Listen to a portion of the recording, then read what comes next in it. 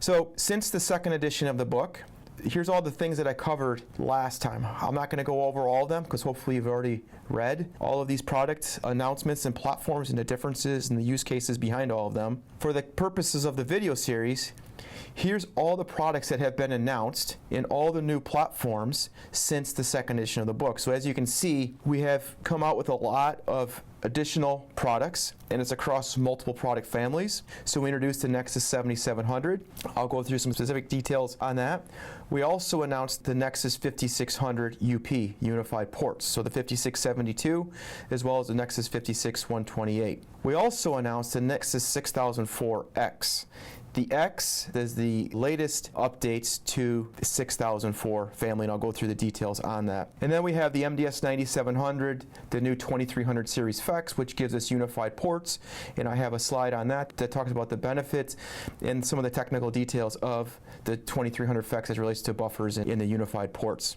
And then the Nexus 9500 modular chassis, as well as the Nexus 9300 top-of-rack device. So if I look at the Nexus 9500 series platform, it comes in different form factors.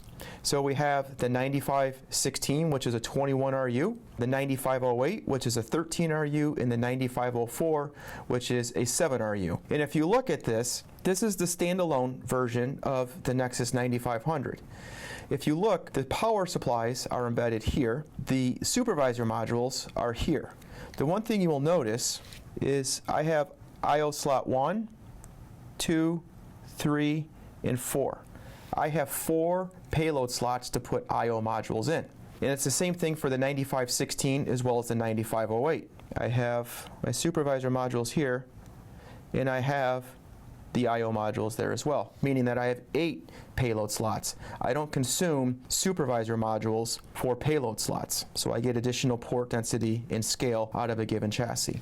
I added this decoder ring because we have different line cards for the Nexus 9500 series platform.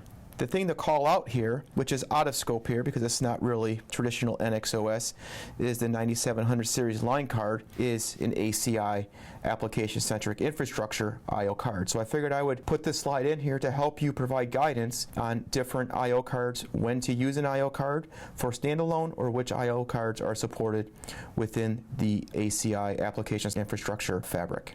In addition to that, we have the Nexus 9300. This is the top of rack.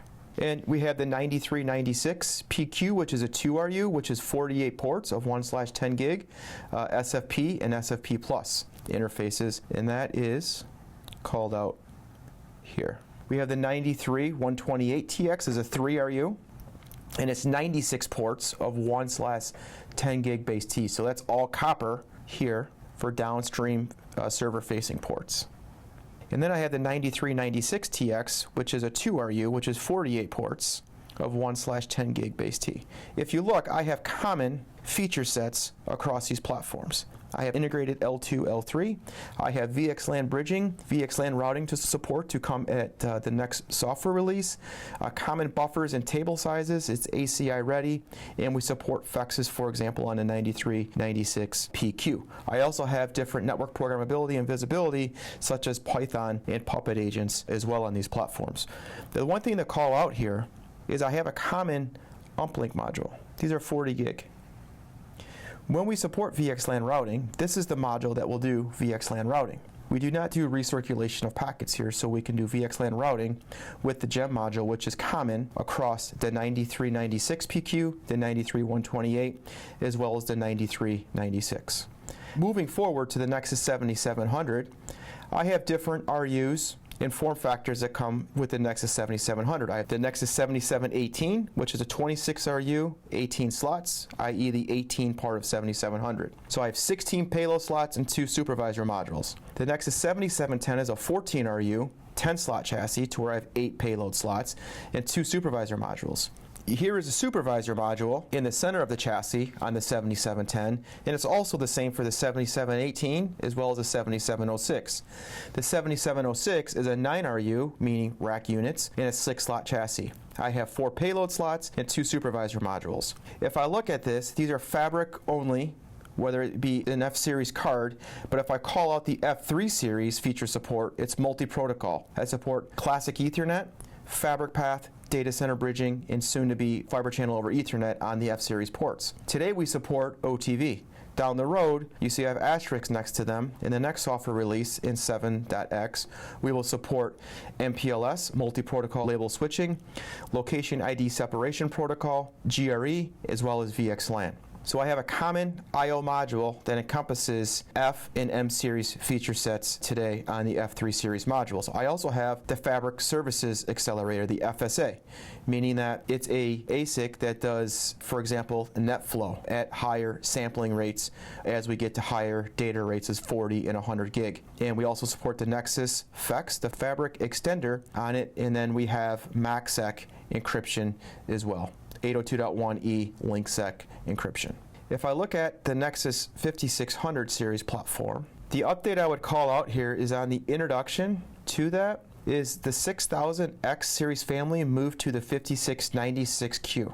We just went through a rebranding, and that's for the X for the 96 port 40 gig 4RU modular chassis. We support line rate L2, L3, VXLAN routing and bridging. VXLAN routing will come at the next software release. Unified ports, so I can do Ethernet, fiber channel, as well as fiber channel over Ethernet.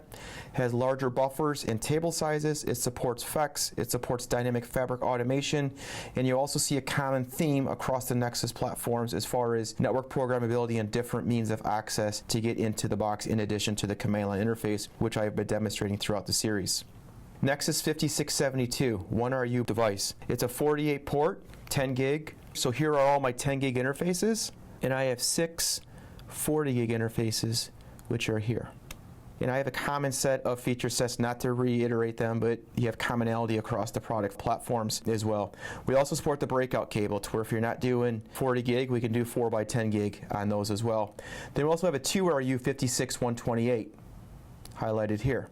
It's 96 ports of 10 gig, and I can also do 2 expansion modules within the top part of the RU as well. Again, common feature set support. You have a 1RU version, so the Nexus 6001X has been rebranded to the 5624Q, and the Nexus 6002X is the 5648Q. I mentioned FEX support, Fabric Extender.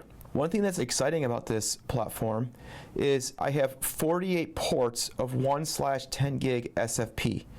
These are unified port capable, meaning that I can run fiber channel, traditional Ethernet, or fiber channel over Ethernet on any one of these interfaces. So if you'll look at fiber channel, I have 2 gig, 4 gig, or 8 gig fiber channel, as well as 10 gigabit Ethernet or 10 gigabit Ethernet fiber channel over Ethernet.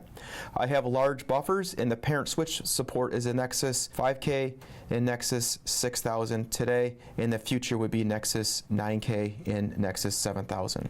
The one thing I'd like to look out here is with the FEX, with the unified ports, these would be my uplink modules to the parent switch. So today, we support 5K or 6K, depending if it's 40 gig or 10 gig, I have flexibility to pick and choose how I want these interfaces configured. So I can do 6x40 or I could do 4x10 gig, as I mentioned earlier. Meaning that each one of these interfaces, this could break out to a 4x10 gig interface to where I can do specific configuration on a per 10 gig lane of that 40 gig cage.